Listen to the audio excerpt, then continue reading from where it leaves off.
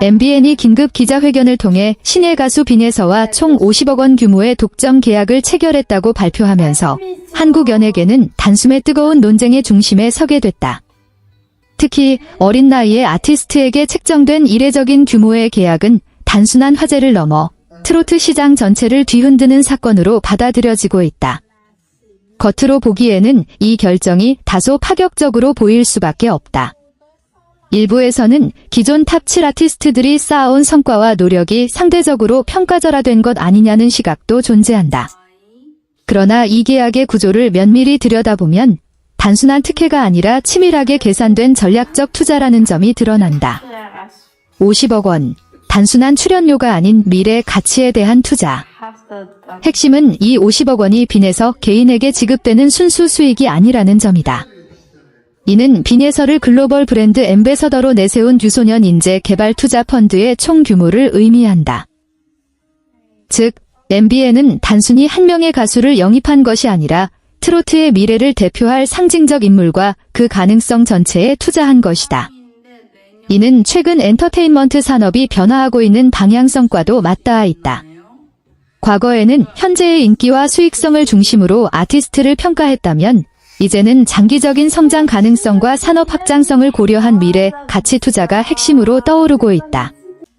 이러한 관점에서 볼 때 빈에서는 단순한 신인이 아니라 차세대 트로트를 이끌 플랫폼형 아티스트로서 자리매김하고 있다. 전례 없는 창작 통제권, 산업 구조를 흔드는 파격. 이번 계약에서 가장 주목할 만한 부분은 빈에서에게 부여된 권한이다. 그녀는 자신의 음악을 함께할 프로듀서와 제작진을 직접 선택할 수 있을 뿐만 아니라 음악 콘텐츠 전반에 대한 결정권까지 보유하게 된다. 이는 한국 연예 산업에서는 매우 이례적인 조건이다. 일반적으로 소속사는 아티스트의 콘셉트, 음악 방향, 활동 전략 등을 전반적으로 통제하는 구조를 유지해왔다. 특히 어린 아티스트의 경우 이러한 통제는 더욱 강하게 작용하는 것이 일반적이다. 그럼에도 불구하고 MBN이 이러한 권한을 부여한 것은 창작의 자율성이 곧 차별화된 경쟁력으로 이어질 수 있다는 판단 때문으로 보인다. 획일화된 콘텐츠가 범람하는 시장에서 아티스트 개인의 색깔과 주체성이야말로 가장 강력한 무기가 될 수 있기 때문이다. 엇갈린 반응 속 더 커지는 기대와 부담. 물론 이러한 파격적인 결정은 다양한 반응을 불러일으키고 있다. 기존 탑 7 아티스트 팬들 사이에서는 형평성에 대한 문제 제기가 이어지고 있으며 업계 내에서도 기대와 우려가 동시에 존재한다. 그러나 시장은 본질적으로 가능성에 투자하는 구조를 가지고 있다. 현재의 성과뿐 아니라 미래에 얼마나 큰 가치를 창출할 수 있는지가 더욱 중요한 판단 기준이 된다. 그만큼 빈에서가 짊어져야 할 책임과 부담도 상당하다. 대규모 투자에 걸맞은 성과를 보여줘야 한다는 압박, 그리고 대중과 업계의 높은 기대치는 그녀의 모든 활동을 더욱 엄격하게 평가하게 만들 것이다. MBN의 큰 그림, 트로트 제국의 설계. 이번 계약을 통해 드러난 것은 MBN이 단순한 아티스트 영입을 넘어 장기적인 산업 구조를 설계하고 있다는 점이다. 빈에서를 중심으로 한 콘텐츠, 투자, 인재 육성 시스템을 결합해 하나의 트로트 생태계를 구축하려는 의도가 읽힌다. 특히 글로벌 시장을 겨냥한 전략은 주목할 만하다. K-팝을 중심으로 형성된 한류 열풍 속에서 전통 장르인 트로트를 새로운 방식으로 재해석해 세계 시장에 선보이려는 시도는 매우 도전적이면서도 의미 있는 행보다. 만약 이 전략이 성공한다면 이는 단순히 한 명의 스타 탄생을 넘어 장르 전체의 위상을 끌어올리는 계기가 될 수 있다. 무모한 도전인가, 시대를 앞선 선택인가. MBN과 빈에서의 50억 원 계약은 단순한 연예계 뉴스 이상의 의미를 지닌다. 이는 산업의 방향성과 투자 방식, 그리고 아티스트의 역할에 대한 새로운 기준을 제시하는 사건이다. 이 선택이 과연 성공적인 선례로 남을지, 혹은 과도한 기대 속에서 부담으로 작용할지는 아직 알 수 없다. 그러나 한 가지 분명한 것은 이번 결정이 트로트 산업에 강한 자극을 주었고 변화를 촉진하는 계기가 되고 있다는 점이다. 그리고 그 중심에는 지금 빈에서라는 이름이 서 있다. 여기서 주목해야 할 또 하나의 지점은 아직 공개되지 않은 계약서의 세부 조항이다.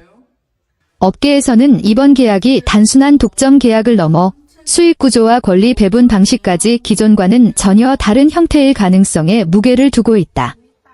특히 빈에서가 음악 콘텐츠에 대한 주도권을 갖는 만큼 음원 수익, 2차 저작물, 글로벌 유통 권한 등에서도 보다 유리한 구조를 확보했을 것이라는 분석이 나온다.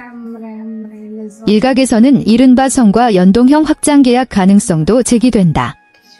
즉, 현재 발표된 50억 원 규모는 시작에 불과하며 향후 성과에 따라 투자 규모와 권한이 단계적으로 확대되는 구조일 수 있다는 것이다. 만약 이 가설이 사실이라면 이번 계약은 단발성 이벤트가 아니라 장기 프로젝트의 출발점에 가깝다. 탑7을 넘어선 새로운 기준의 등장. 이번 사안을 단순히 특정 아티스트에 대한 특혜 논란으로만 바라보는 것은 한계가 있다. 오히려 더 중요한 변화는 기준 자체가 바뀌고 있다는 점이다. 과거에는 오디션 성적이나 단기적인 인기 지표가 계약 규모를 결정하는 핵심 요소였다면 이제는 브랜드 확장성, 글로벌 시장 적합성, 그리고 스토리텔링 가능성까지 종합적으로 평가되는 흐름으로 전환되고 있다.